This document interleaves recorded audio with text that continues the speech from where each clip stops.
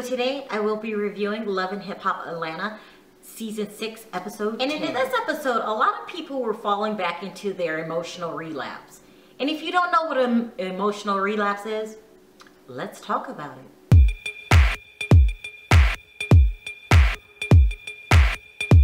I'm sure we all know what an emotional relapse is.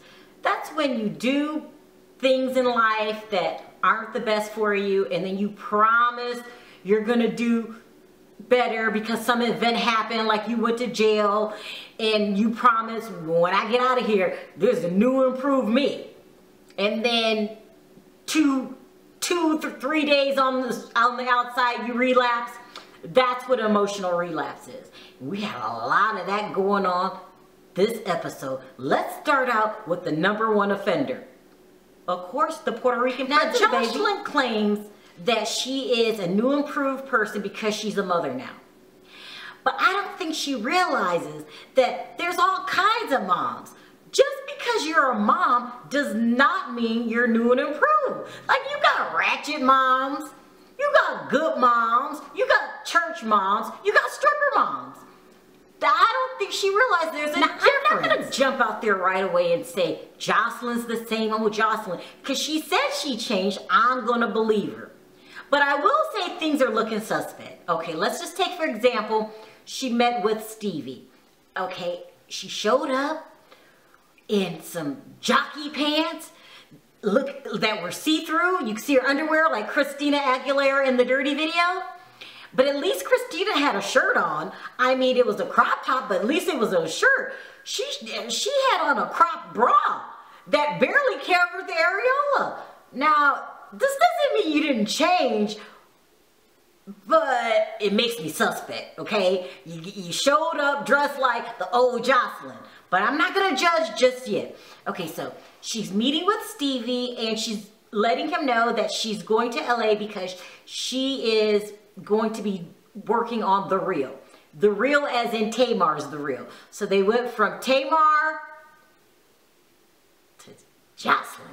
Okay, I ain't gonna say nothing about it, I'm just saying. Tamar, Jocelyn. So Stevie was really proud of her, and he was like, well, who's gonna watch the baby? And in all rights, if she needs a babysitter, who better than her father? He has 5 kids, for God's sake. But no, she decides she wants her sister to babysit. Now, it's not like he's some kind of murderer or something. I don't understand why he can't babysit the kid, but you know, I don't want to judge just yet. So she's sitting there, and you know, she ordered a banana that she was eating kind of provocatively. I'm just gonna leave it at that. You know, when I eat my banana, I just rip it out. I hardly breathe, but she just seemed to. But I'm not gonna judge her on a banana. I'm not gonna. She says she has changed, and I'm gonna believe that she changed. Okay. So next we have Carly Red. Carly Red's definitely having an emotional relapse. Listen, so last episode, she caught Jock with Tommy and really went into a manic rage. You know, the way she does. But I like her manic rage, by the way. This episode, she shows up full of apologies back at Jock's treehouse, wanting to apologize and continue the relationship. Listen, Carly, this is emotional relapse. You gotta get it together. I do not understand why you keep fawning over Jock. You admit it, you guys have an open relationship. Open means I'm open to do what I want, okay? Why are you tripping off this? Is it because it's Tommy? Or, you know, if it's an open relationship, you shouldn't even made a big deal out of it. I mean, that's just what I'm saying. But not only did you make a big deal out of it, you made your apology extremely dramatic. I mean, she was crying all over the place. She had mascara rolling down her face, her neck. It was a mess. She was like, I don't understand. You know, you're just that kind of guy. You're the one for me. What don't you understand? Open relationship. This was definitely an emotional relapse. And I guess it ended on a good note, because I guess they're back to open relationship. I can't even say they're together. Open relationship to me is not a real relationship, Carly. Sorry, not trying to be disrespectful. You know, it is what it is. But I mean, you have to know your role if you're going to be the open relationship chick. I'm just saying. Next we have my girl Tommy. Now Tommy has grown on me like algae. Like, I'm really starting to like her. Okay, so we know her and her mother fell out last episode. This episode, KK is making it her personal mission in life is to bring these two back together. KK, you said yourself, you have your own children to worry about. Why are you all up in the Kool-Aid? Okay, all up in the Kool-Aid. This is emotionally draining for Tommy. Like, people don't understand. Sometimes if you have an alcoholic or drug addicted parent, you need your breaks, okay? You need a break, but for some reason, KK feels that these two need to work everything out and they need to do it now, okay? Like, I can't wait, another day, it's gotta be done now.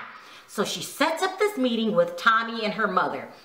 And the meeting didn't go good. I mean, Tommy wanted an acknowledgement from her mother, basically, yeah, I made your life difficult with my alcoholism. But her mother insisted, I refuse to say that because I'm not going down like that, even though it's the truth. Now, we've all seen the type. Not just Tommy's mother. There's a lot of people that live in denial, and this is what her mother's doing. But KK wants Tommy to forgive and move on. And that's what ended up happening at the end after a couple walkouts, come back, walk out, come back, cry, cry, cry, bitch, bitch, bitch. Nothing was actually resolved. Tommy just said, okay, fine. Let's not talk about it anymore. But when you not talk about it and you don't resolve things, it's gonna come up again. So, you know, they put a nice Band-Aid on it for now, but I really think KK overstepped her boundaries here. Like, this is not your business. Now, I know you love Tommy, and she's been a good girlfriend to Scrap. If she's a girlfriend or not a girlfriend, I don't know what's going on. But you should have just remained Tommy's friend, not her counselor. Who died and made you the counselor? KK, even though it was good intentions, you just brought a lot of emotional baggage to the surface that really had nothing to do with you. But, you know, I applaud you trying to help, but, you know, you need to butt out. I'm just saying. Let's move on.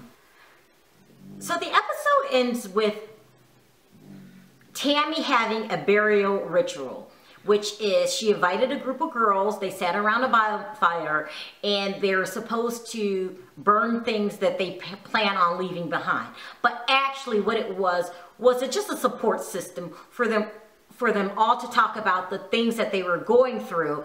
And this is the way it's supposed to be done, KK. You cannot force anyone to change or mend things unless they're ready. So there was Mimi and her issues that she's going through with Melissa for basically backstabbing her. But she didn't say this. I thought she should have added that. Instead she said that she's there because she's trying to learn how to deal with Stevie giving Eva a new stepsister, Bonnie Bella. Then there was Carly Red. She was there for the whole young jock situation, you know, that she just can't seem to let go of. Then there was Rashida with the whole Kurt thing, you know, and her mother's getting very aggressive with it. She wants Kirk to have a paternity test, but actually this should be Rashida's decision. Then there was Bambi, who just found out that Scrappy's moving to Miami, so I guess the whole wedding thing is off without any sign of reconciliation. Like, the women are really catching it on this episode.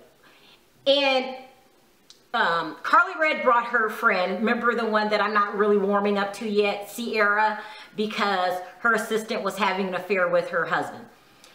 Now, this really wasn't about leaving things behind. It was just a support system for the women to get support and talk about things that they're going through. And, you know, this always helps when you're in the middle of something. So I consider Tammy a really good person, because not only was she going through her own relapsations and her own problems with Waka, she reached out to her friends and tried to help them at the same time. So, you know, this was a moment of clarity, as I say, for Love and Hip Hop, because usually they're always on 10. But the whole burial ceremony was emotional and supporting each other. So that was a good thing. But, you know, it only lasts a couple minutes, and then it gets back to being the real Love and Hip Hop that we all used to. So while I'm glad everyone wasn't on 10 this week, I know it's a temporary situation. So I'll be there next week when they're all are on level 10. Because at the end of the day, this is Love and Hip Hop. So thanks for watching. Talk to you next time. Bye.